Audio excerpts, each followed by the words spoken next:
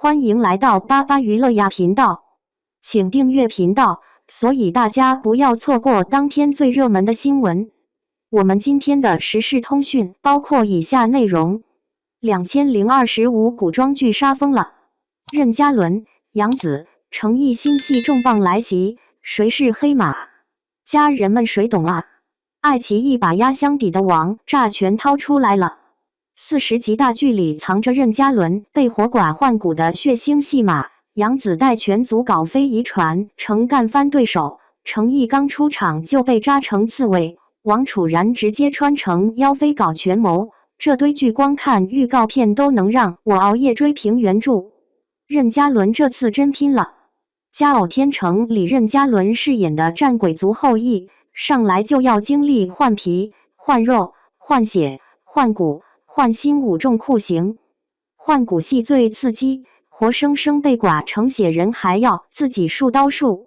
导演郭虎可是拍出的男人，这次直接把苍兰诀的仙气跟的虐心揉成暴击组合拳。任嘉伦拍完这场戏直接瘦了8斤，片场花絮里他浑身血浆瘫在地上，把来探班的粉丝都吓哭了。杨紫搞起事业太带感，家业让杨紫彻底告别傻白甜。她演的智墨世家大小姐，开局就碰上共墨造假案，整个家族被抄的只剩祖传秘方。为了重振家业，她带着族里老工匠跟死对头韩东君正面硬刚，斗墨大赛上直接甩出失传的松烟入墨绝技。剧组特意请来徽墨非遗传成人现场指导，杨紫练到手上全是墨字，连指甲缝都洗不干净。成毅这波要虐出天花板，狐妖小红娘王权篇上来就放大招。成毅演的王权富贵被亲爹锁在剑阵里，眼睁睁看着李一桐演的蜘蛛精青铜被万箭穿心。这场戏光威亚就吊了3天，成毅身上绑着200多根钢丝，拍完肩膀全是淤青。原著党发现剧组神还原了漫画里血染白衣的名场面，成毅吐血时睫毛都在颤抖的细节直接封神。王楚然这次不挨骂了，成何体统让王楚然打了个翻身仗。他演的穿越女开局就被迫当妖妃，结果发现皇上也是穿越来的摄续，两人联手在皇宫搞事情，居然用种土豆解决饥荒，拿 PPT 给大臣们画饼。最搞笑的是他教宫女们跳爱你，把太后气得当场摔了翡翠镯子。程雷演的疯批皇帝反差萌拉满，上朝时阴狠暴力，下朝秒变程序员狂敲算盘搞发明。李一桐把自己玩死了108次，书卷一梦简直脑洞炸裂。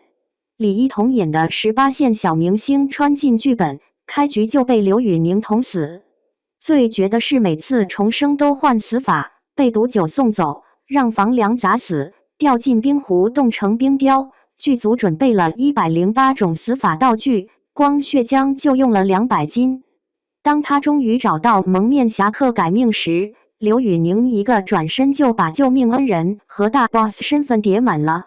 谭松韵、侯明昊婉转前世今生，逍遥让谭松韵解锁双面人设，白天是街头卖艺的鬼马少女，晚上变成清冷高贵的亡国公主。侯明昊演的妖王更带感，被困在玉佩里当了他3个月背后灵。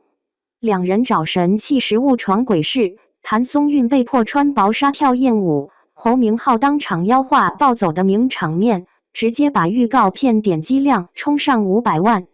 王星越把探案完成极限运动，定风波让古装探案卷出新高度。王星越演的神探为查盐场白骨案，把自己绑成粽子滚进尸体堆。像韩芝演的女主直接拆了发簪当暗器，两人查案查到皇帝头上时，居然在龙椅底下摸出关键证据。剧组按《清明上河图》造了整条北宋街市，连群众演员衣服上的墨字都是破案线索。这波剧单藏着太多狠活儿，任嘉伦每换一次身体就弱3分，最后决战时只剩半颗心脏跳动。杨紫烧毁自家100年墨方逼对手现原形，诚意万箭穿心时护住青铜的那滴泪，被显微镜女孩扒出是真实生理反应。现在唯一的烦恼是，明年遥控器怕是的汉死在爱奇艺了。以史为鉴，可知兴替。这句话放到如今的古装剧讨论中，颇有意味。提起古装戏，那可是咱们观众的心头好，总盼着能出那么一两部，冠以年度巨制、潜力黑马的名头，仿佛生活里少了这份古韵，就缺了点滋味。最近，爱奇艺那边透出风声，2025、2026年的古装剧片单都排得满满当当，任嘉伦、杨紫领衔，还有刘宇宁、程毅等一众明星。这架势是要把观众的目光牢牢锁定啊！消息一出，舆论场瞬间沸腾。任嘉伦的仙侠剧必须追，杨紫的大女主定要支持。欢呼雀跃之余，也不乏冷静的声音，会不会又是换汤不换药，炒冷饭呢？暂且不论这些剧集质量如何，先看看都有哪些种子选手。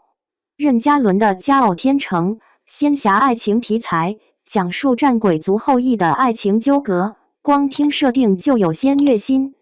杨紫的《家业》，古装传奇剧，聚焦徽州至末世家的兴衰更迭，或许能从中窥见历史的一角。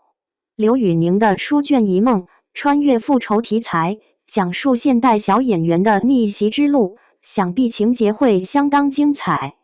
再加上王楚然、程毅、谭松韵、王星越等实力派演员，爱奇艺这次是卯足了劲，想将古装剧市场一网打尽。然而，这么多古装剧扎堆涌现，真的能保证每一部都大获成功吗？恐怕未必。如今的观众欣赏水平早已提升，不再轻易买账。究其原因，是当下古装剧存在严重的同质化倾向。打开电视，要么是仙侠玄幻，要么是宫廷权斗，要么是复仇雪恨，剧情大同小异，人物设定也似曾相识，让人倍感乏味。就拿大女主剧来说，10部古装剧中，8部都是以女性为主角，个个标榜独立自主，个个都拥有过人的才智，难免让人觉得千篇一律，毫无新意。还有那滥用的虐恋桥段，动辄几生几世的纠缠，动辄经历撕心裂肺的痛苦，把观众虐得身心俱疲。难道编剧们就找不到其他的故事题材了吗？难道非得通过苦情戏码才能博取观众的眼球吗？更令人担忧的是，当下的古装剧在服饰、妆容、场景布置上越来越精益求精，特效技术也越来越炫目华丽，但故事情节却显得空洞乏力。演员的表演技巧日益成熟，但人物形象却愈发扁平化，缺乏深度。以爱奇艺这次公布的古装剧单子为例，任嘉伦的仙侠剧依旧是诅咒、换皮、换血的老一套，杨紫的传奇剧还是家族没落、重振家业的常见剧情，刘宇宁的复仇剧也跳不出穿越、逆袭的窠臼。难道古装剧只能止步于此了吗？难道就不能在内容和形式上有所创新、有所突破吗？实际上，古装剧仍有广阔的挖掘空间。例如，可以深入探索历史的细节，还原更真实的历史面貌；可以着力展现人性的复杂，塑造更鲜活的人物形象；可以密切关注当时的社会现实，反映更深刻的社会问题。不妨以家业为例，如果能将徽州至末的精湛工艺，以及当时徽州商贾的生活状态淋漓尽致地展现出来，必将吸引更多观众的目光。如果能将李珍这一角色塑造得更加丰满立体，而非仅仅是一个拥有主角光环的女性形象，定能引发更广泛的共鸣。古装剧创作不能只关注流量，更要注重质量；不能只追求利益，更要肩负起文化传承的责任。只有这样，才能真正创作出一部优秀的古装剧，赢得观众的喜爱与认可。依我之见，爱奇艺这次的古装剧计划能否杀出重围，成为真正的黑马，关键不在于演员阵容有多么强大，特效场景有多么震撼，而在于故事本身是否引人入胜，制作团队是否倾注心血，能否带给观众耳目一新的体验与思考。衷心希望这些古装剧能给观众带来惊喜，而不是失望。希望国内的古装剧市场能够持续繁荣发展，而不是走向衰落。